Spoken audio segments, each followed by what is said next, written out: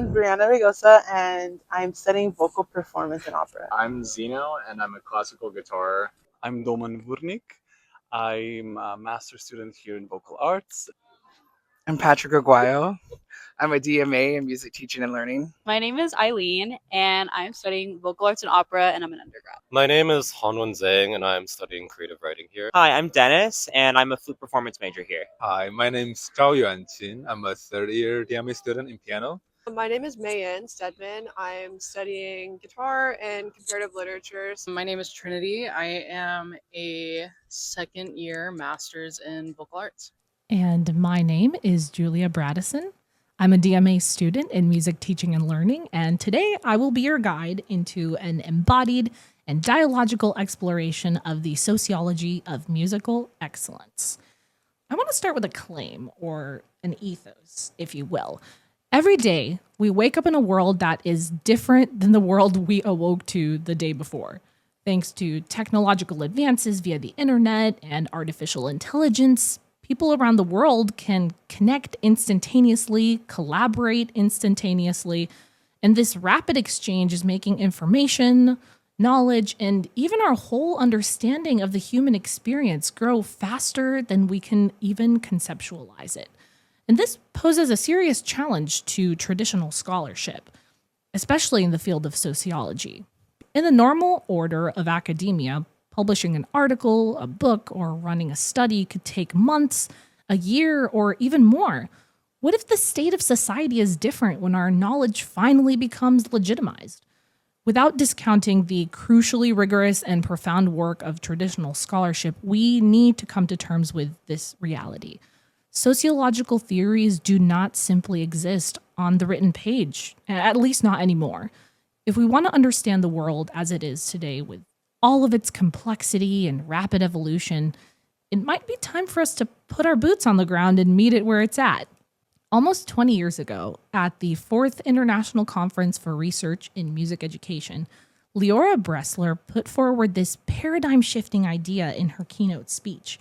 She argued that musicians have unique skills which allow them to navigate the, quote, fluid, constantly moving nature of personal and cultural experience, end quote. These skills are almost tailor-made for qualitative research. The technique of improvisation, for example, can channel this responsiveness to emerging and open-ended issues and can help us see the, quote, unexpected as learning opportunities to redirect our attention, end quote. The musician's practice of empathy can assist us to open an engaged dialogue between the researcher and the researched, which gives participants a space to reflect and generate ideas.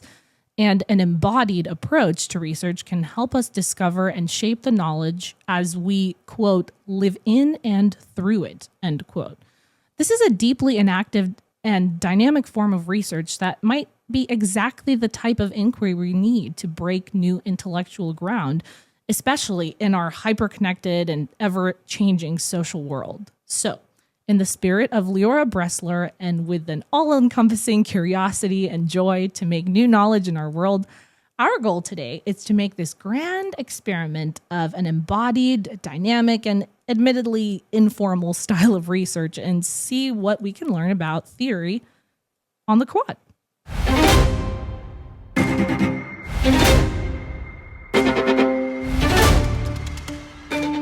Musical excellence, the grand goal of all students walking into the hallowed halls of the conservatoire, the paragon of the higher ed music experience.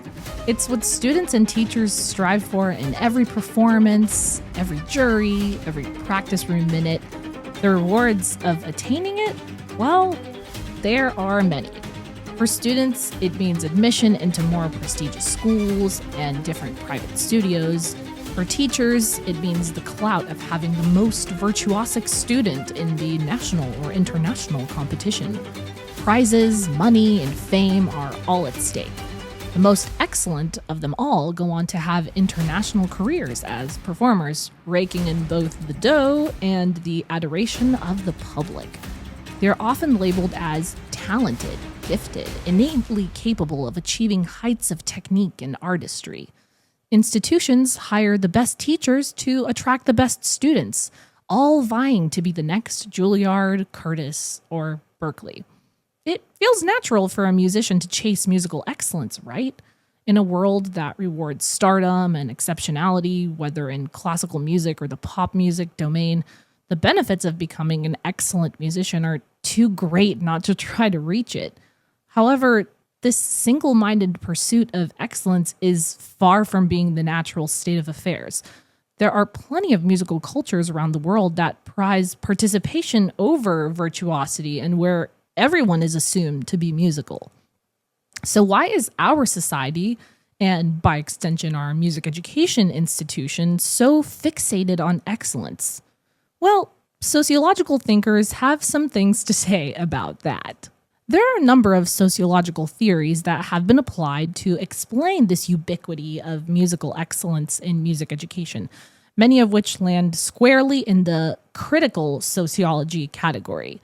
This is a group of sociological theories that focus on hidden structures of power and ideology within social systems, and especially how they constrain individuals and impact their day-to-day lives, often in ways that they don't even know about.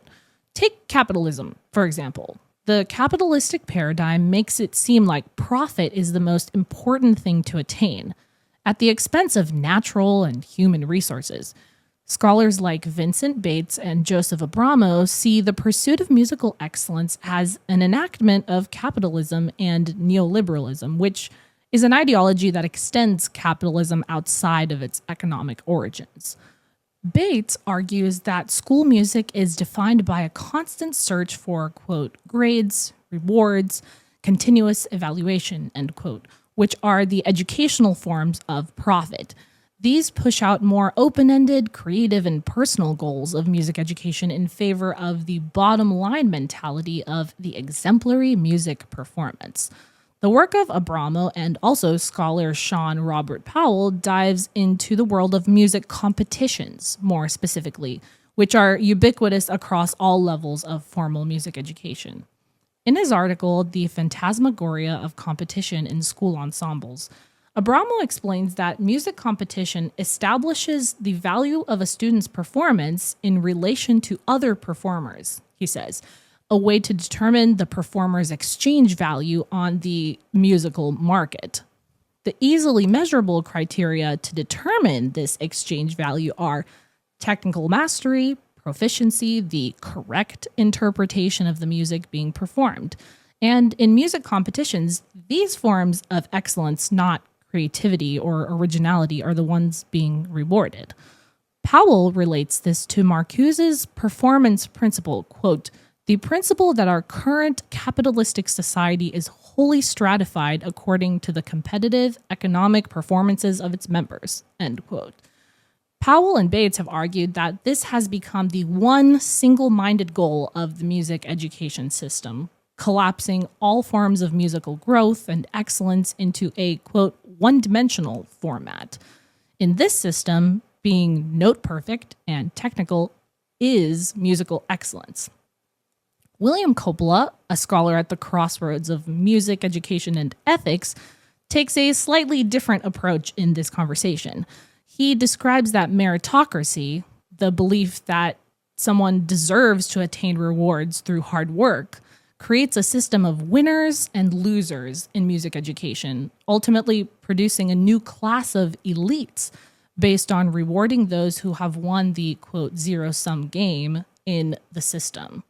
This new form of elitism, a structural vice, makes people believe in their own superiority at the expense and exclusion of others. Ironically, the winners of this system are also subjugated to an insidious power.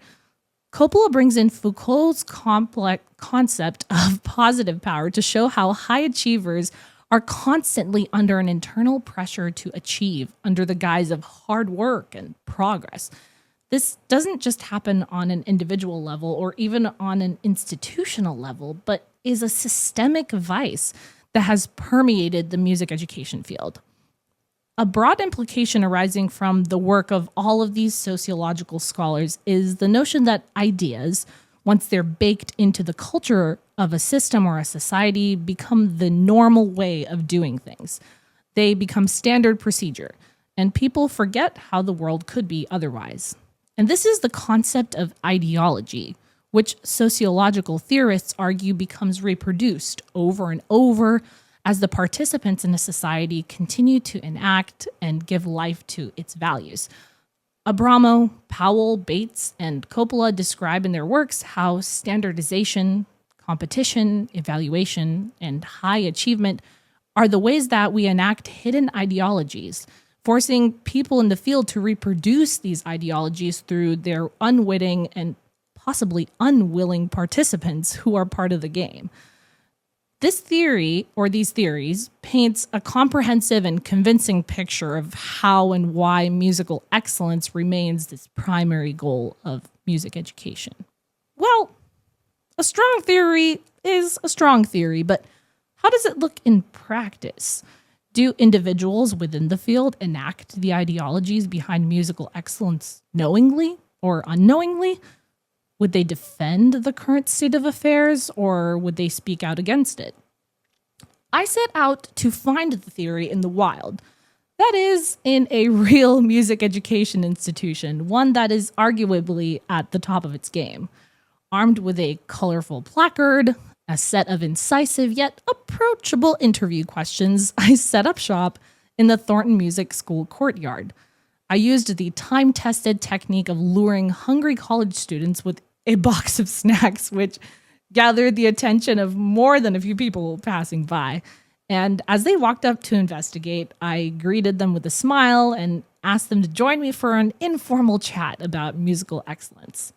Several hours later, I had interviewed 10 students ranging from undergraduate to doctoral studies who represented vocal, instrumental performance emphases, and also research and scholarly studies. So there's a wide gamut of people here. This is what we uncovered together.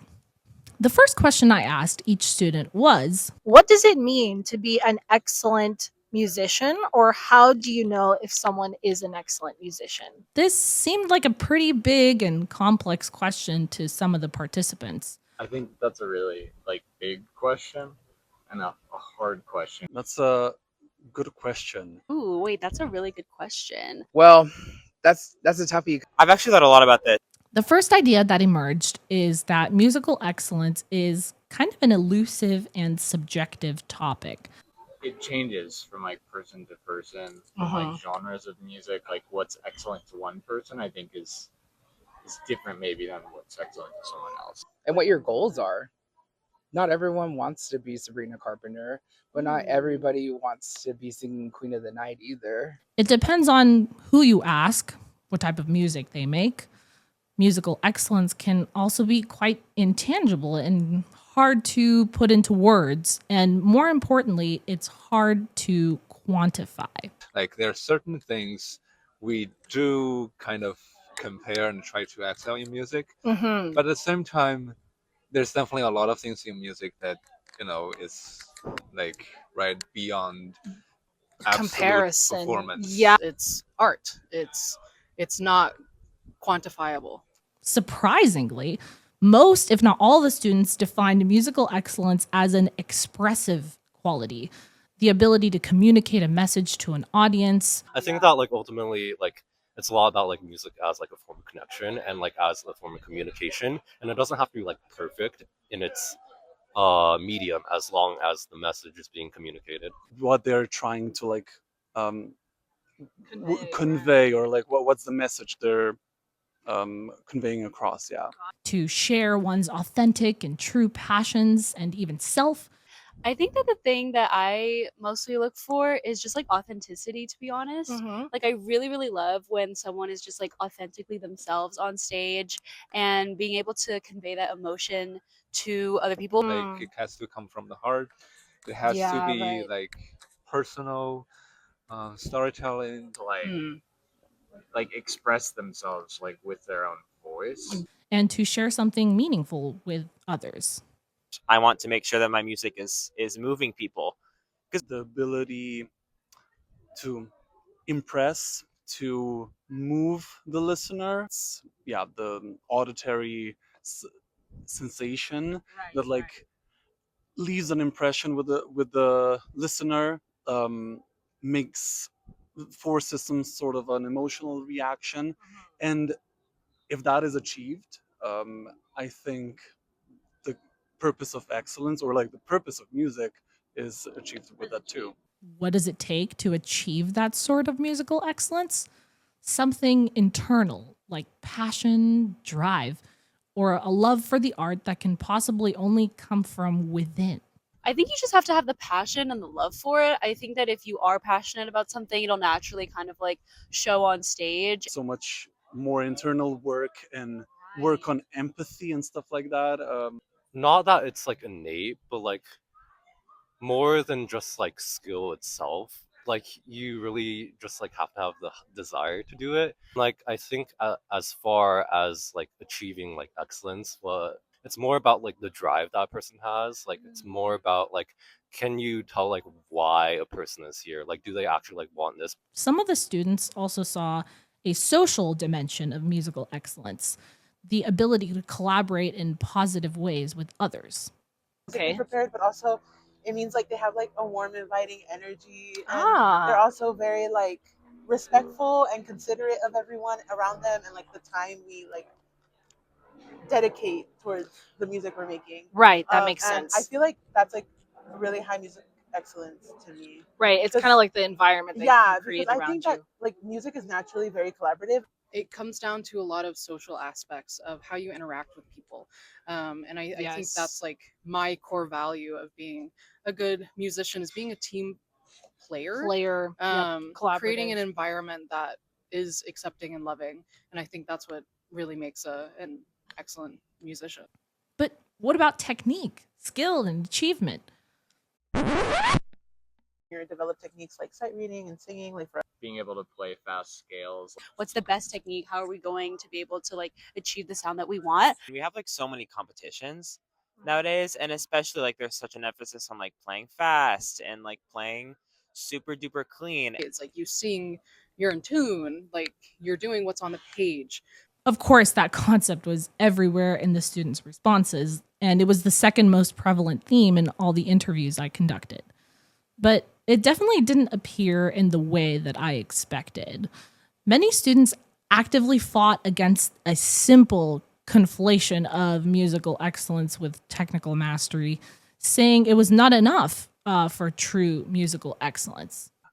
I think initially coming into music, like the technical aspect of artistry was that if you were technically perfect or skilled to the max, that's all you need to do. But the more I'm going through life, and the more I grow, I just find that that doesn't leave any impression on me. Even if you have like a very very skilled performer, if they're like sort of like disinterested in what they're doing, like people can usually pick up on that. Anyone at a certain point can play like technically skillful, but saying something that's like impactful and having an impactful level of like artistry is what like really makes an artist special. Because there's a lot of performances that I listen to that are technically so excellent, and then at the end of it I'm like, but I wasn't moved, you know? And I feel like that's the difference. In the same critiques, students felt that a focus on technical mastery was a source and perpetuator of perfectionism and burnout within themselves. I think that something where like the maybe expectation is like too high is with like the sort of like workload that's like expected of musicians at like music schools. I think we take lots and lots of courses that are worth very little like units, and students get spread thin. We can only practice like technique so much, but that we always like are always striving like just for perfection in general, like especially like with grades and things like that. I think we're constantly always trying to like get an A, or we're always trying to, kind of like be at the highest standard. I think that's like sometimes in music school, because you're doing so much music, it's kind of like it can be easy to forget, like you can get burnout and things like that. Other students said that skill and mastery was in fact important, but for different reasons. Some saw technical mastery as a means to an end, a way to achieve the first version of musical excellence as expression. I really like obviously good technique, because in a way, like technique is kind of like, if we're like poets or whatever, technique is our kind of vocabulary. That in order to really be creative and imaginative, you have to have the chops.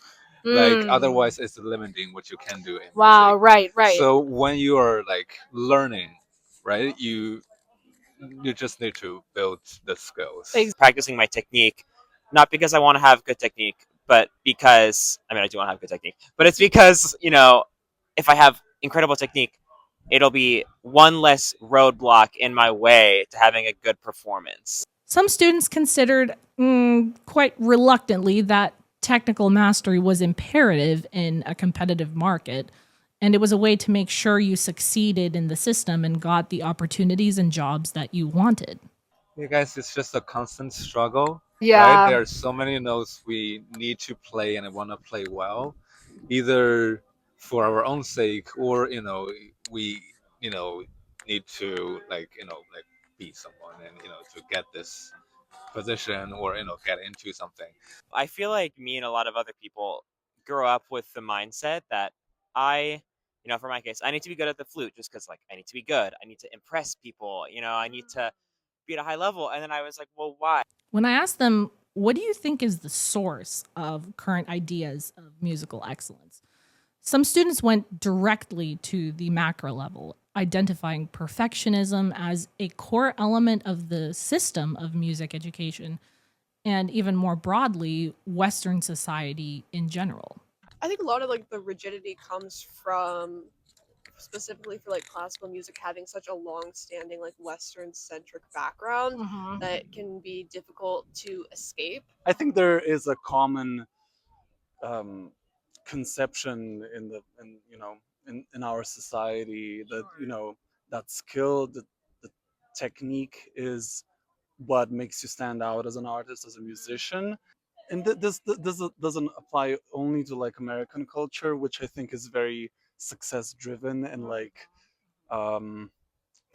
perfectionist in some regard. My interviewee, Trinity, gave a hope-inspiring indicator that maybe some of the paradigms are starting to change in higher education, ending the interview process on an optimistic note.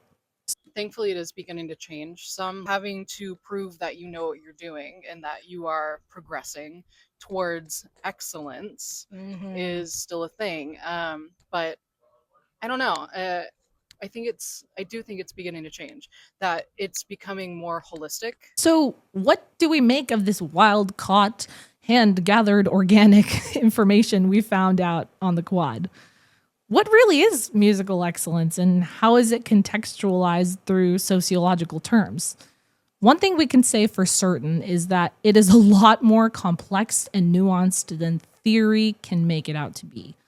On the one hand, there is a definitive link to the theories we described earlier, the performative version of musical excellence manifesting as perfectionism, a focus on technique and mastery, and the competitive model of music education. These are real, they exist, and they have impact on students in higher education. However, the way these students process the paradigm is really unique. Rather than simply accepting and reproducing the paradigm, saying, this is just the way things are, or this is how things should be, the students had a number of ways of negotiating this tension between excellence as technique and excellence as expression. It's very clear that there are multiple values that go into musical excellence, which can synergize or be in conflict with one another. And what is more interesting is that students are actively navigating and negotiating these values with a lot of nuance. I walked away from the quad feeling so inspired and optimistic, knowing that there is a high level of reflexivity and critical thinking among these students with whom I share my academic journey. So, what does this mean for our theories? Does it completely break down the concept of social reproduction and ideology and throw an extra large wrench into the work we've done so far? Not necessarily. The interesting thing about this embodied form of theoretical work is that it can lead you ideas that you wouldn't have thought about if you were just sitting home and reading or writing a book. I took to my new favorite research assistants, Google Scholar Labs and ChatGPT, and I asked them to find me sociological sources that highlight reflexivity, multiple values, and a negotiation with institutional values. And after several days of trial and error, following some breadcrumb trails to dead ends as a scholar often does, I stumbled upon the umbrella of pragmatic sociology. Unlike critical sociology, which functions and positions individuals as unknowing subjugates of the shadowy and pervasive forces of ideology, pragmatic sociology argues that people are competent, cognitively autonomous actors in social processes who use dispute, critique, and disagreements to navigate their social systems. In particular, Boltanski and Thevenot's theory of justification and orders of worth explains that people navigate multiple coexisting worlds and value systems, choosing from among them according to their own criteria. This theory seems really fitting for the type of mediation and reflexivity that the students displayed in their interviews. Remarkably, pragmatic sociology and orders of worth are nigh inexistent in the literature of music education and sociology. I did a second literature review where I only found 2 chapters, one by Guy Schvegler and Jonathan Kropp from 2024, and one by Rainer Diaz-Bohn in 2025 that connected Boltanski and Thevenot's theories to music in general, not music education. There were a few articles from the broader arts education literature that used this theory, but definitely none that applied directly to our field. And arguably, this is a newer theory. Boltanski was actually a student of Bourdieu for many years and wrote his work as a critique of his teacher. At the same time, theoretical work in music education seems to be bound by this snail-paced process of traditional scholarship, while the world moves on and builds entirely new theories that explain complexities in the social order with new lenses. I'm not sure if it works out for us, or any theoretical scholar at all, for that matter, to work strictly in the realm of words on a page, thoughts in our minds, or even conversation amongst only ourselves. By stepping out into the world and investigating the living, breathing, and evolving notions that we're studying, we might be able to understand our field and our world better than we have before. Embodied, dynamic, theoretical work is essential, even imperative work, if we are to make sense of our changing world in a way that keeps us on pace with its evolution. On a short postscript note, there was one final takeaway that I didn't really expect from this project, but stands out to me as really important. Many of the students were delighted to participate, and they even thanked me for giving them a space to think and speak their minds. And this made me realize that students are really eager to be contributors to our work, and they have unique stories that they want to share. It is in our interest as music educators, because we all are, whether we're scholars or not, to engage students and bring them directly into the practice that we're doing. It's clearly a benefit to them and a huge benefit to us. In fact, it's a benefit to us with a capital U, our whole field, our relationships, and everything we do as a collective unit. So get out there, lace up your shoes, walk out the door, and you just might discover that there really is theory on the quad.